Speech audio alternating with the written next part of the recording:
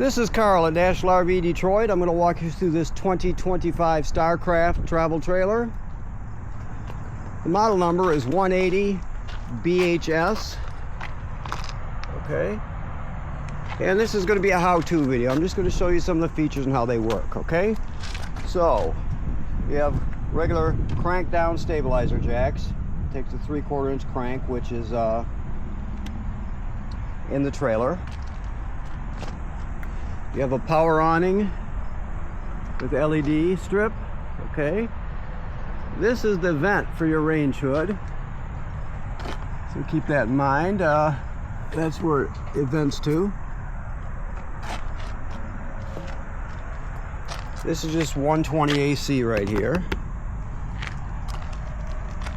Vent for your LP furnace. And this is the kill switch for your battery. So you can just shut it off and you can pull the key out if you want, but it just disconnects your battery if you need to. This is your power cord here. There's also an adapter on it, as you can see, if you can see, I should say. So you can adapt it down to a 20 amp if you need to plug it in at home. That is your dump hose kit, okay? And if you purchased a hitch with the trailer, only if you've purchased one, this would be the hitch that comes with it. It's a Husky centerline, weight distribution with built-in sway control. It's a good one. So that's for people who purchased a hitch, okay? Come around the front, this is your deep cycle marine battery. I showed you the switch in the pass-through compartment there. Got a 20-pound LP tank, which is full. Crank type tongue jack, okay? And when it comes to water, this is the second most common way to get water to the trailer here. This is the freshwater tank fill here. So the most common way to get water is the city water hookup, which I'll show you in a minute. Most places have that. That's what you're going to use. You just hook it up and you're all set. But if you're boondocking, camping any place without city water, you can pre-fill your fresh water tank here, and there's a level meter inside. You can check the levels, and you can fill it up, and then you can use the onboard water pump when you're pumping the water out of the tank. All the plumbing will work as though you have city water. You'll just be pumping from the tank. So that's sort of your second option. And I'll show you the switch for the water pump when we get to it, okay? Alrighty. Low point drains here. Well, that's what they say, but actually that sticker is not the correct one. This is the drain for your freshwater tank right here, okay? Your slide room here, as you can see. I can also expand this. There we go, so you get a better view of the outside. Okay, this is a power cord. I showed you yours inside. This is a shop cord. Okay, so these are the low points here. These two blue and red line, those are just the lowest points of the plumbing. You use that when you're winterizing the trailer to get the last bit of antifreeze out, or dewinterizing to get the last bit of, or dewinterizing to get the last piece of antifreeze out, and winterizing you get the last bit of water out. Okay, I said that right, I think so. Okay, these are your dump valves. The one on the left is toilet water and waste, right there, and the other one is your black tank, which is toilet water and waste. So let me say this again. Sink and shower water for the gray, toilet water and waste for the black. Okay, I gotta pay attention here, I'm sorry. This is your cable through, so campground cable goes to the inside of the trailer. Now this is your water heater.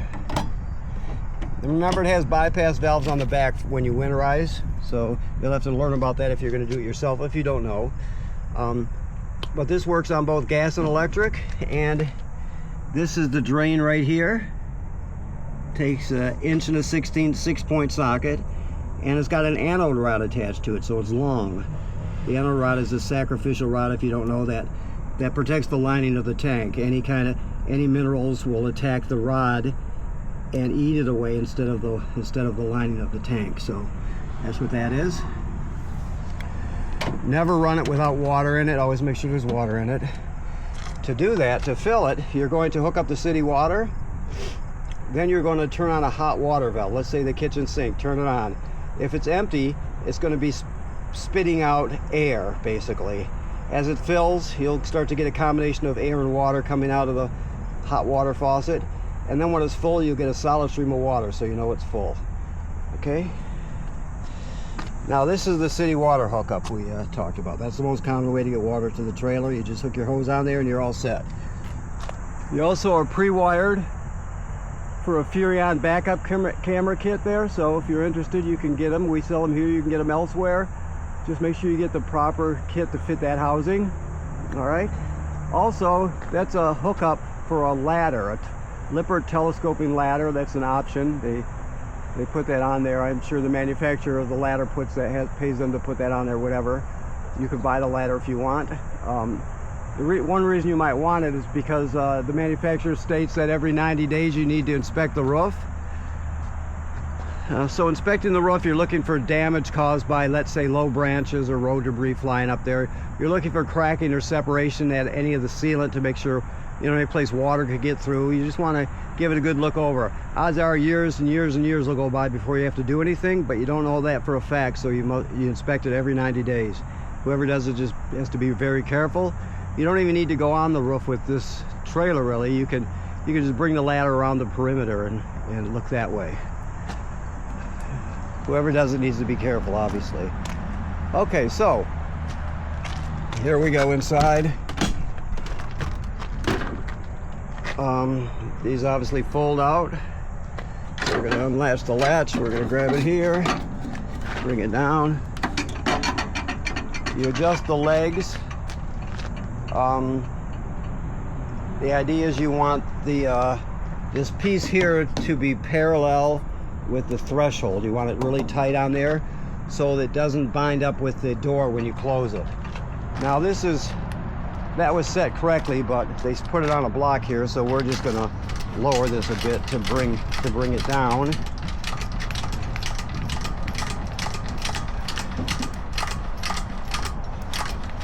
So it sits properly. It should be at about right there, I think. Yes. Yep, sure enough. Okay. So in we go. First thing we see when we come in the door is your carbon monoxide LP gas detector. It's a very important device. If it's not glowing green, you're going to get it serviced. It's not expensive to get a new one. So never just ignore it.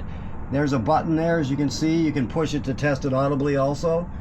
But that's hardwired to the battery, so it's always on. Alright, so your slide room is in. So we're going to send it out.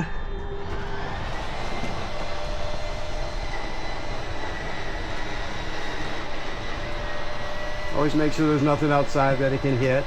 And when you're bringing it in, look for the same thing.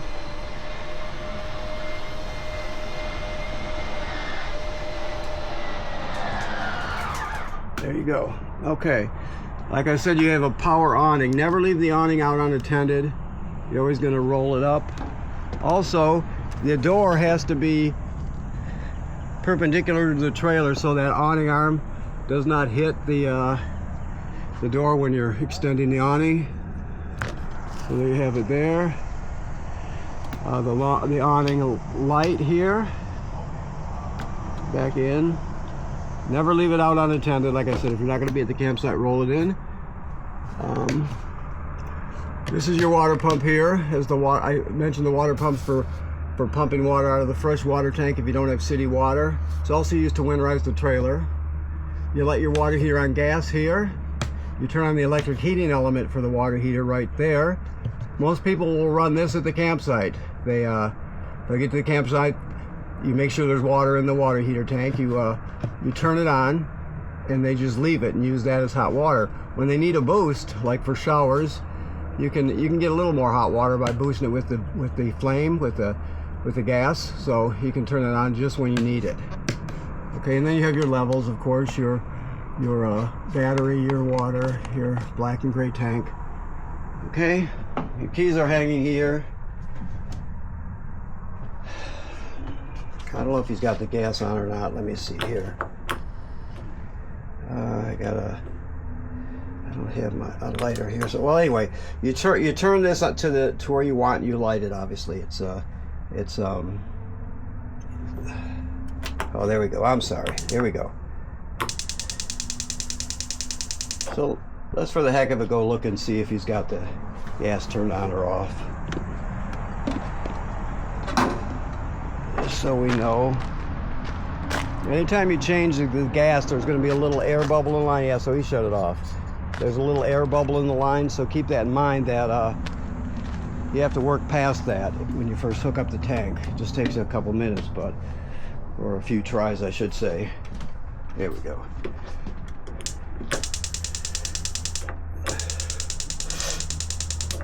There we go. Okay. So it's that simple. Like so. Okay, so you have to have this turned on in order to light it. Okay.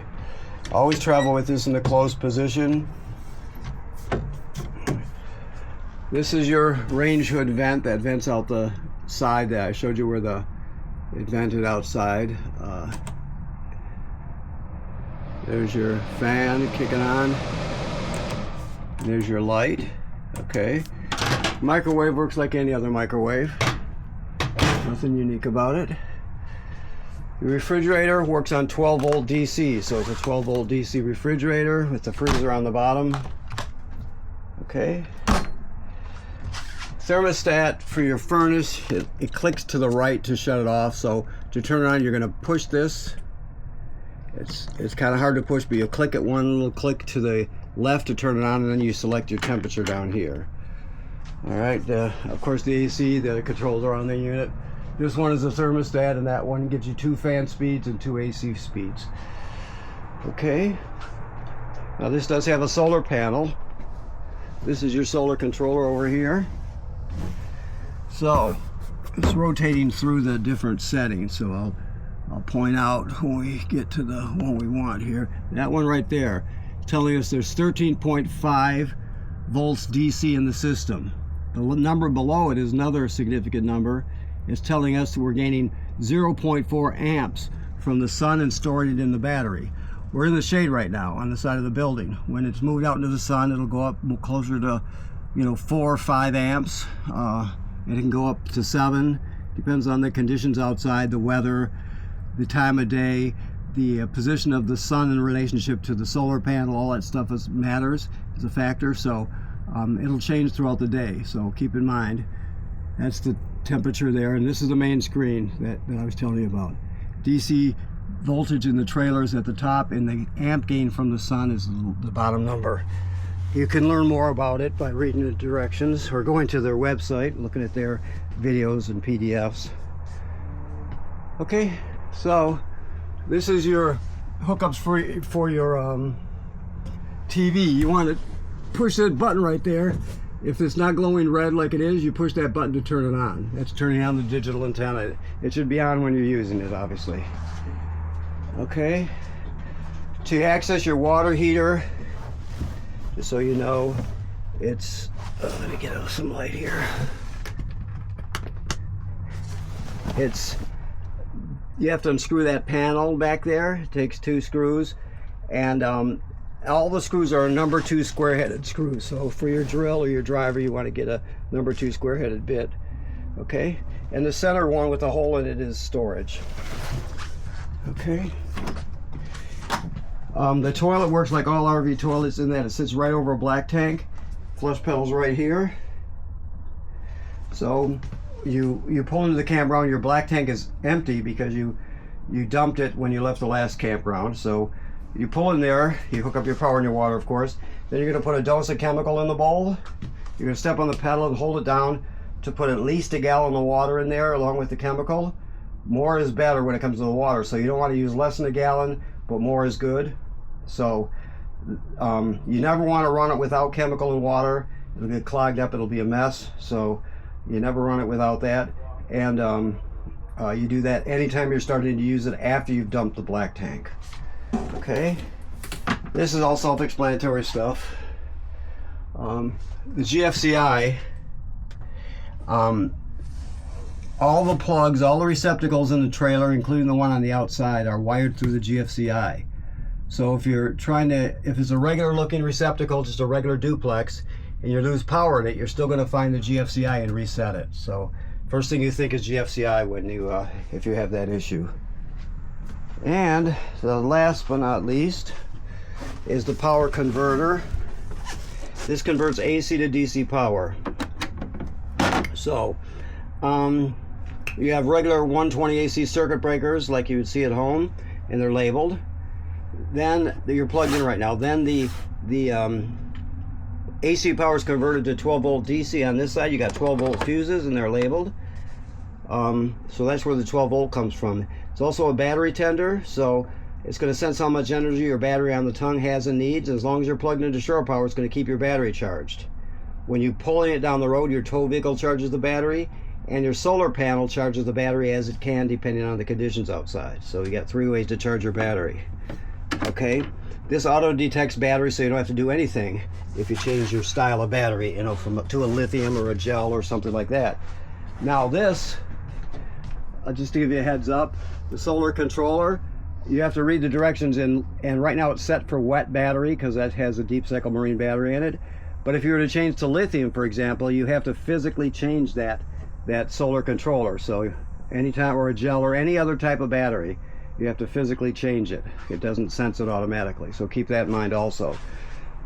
Table folds down, sits on these cleats here, and you can turn that into a bed. You have 2 bunks obviously, and you have charging ports everywhere. So it's really a complete trailer in a small package, so it's great. Okay, so I want to thank you for purchasing your trailer here at National RV Detroit. Please keep in mind what I said about inspecting the roof every 90 days. That's important. Be careful. And right now there's no antifreeze in the system. It's been purged with fresh water. Your water heater's in the correct position. The valves on the back are in the correct position for summertime. You know, of course they'll have to be changed when you winterize, or you have it winterized, but right now it's all set for camping. Okay, thank you very much.